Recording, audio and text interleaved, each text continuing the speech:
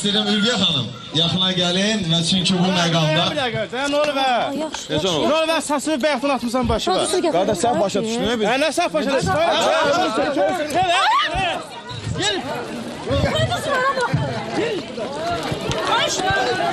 Uşaqlar, ayıb deyir, çəkiş gedir axı.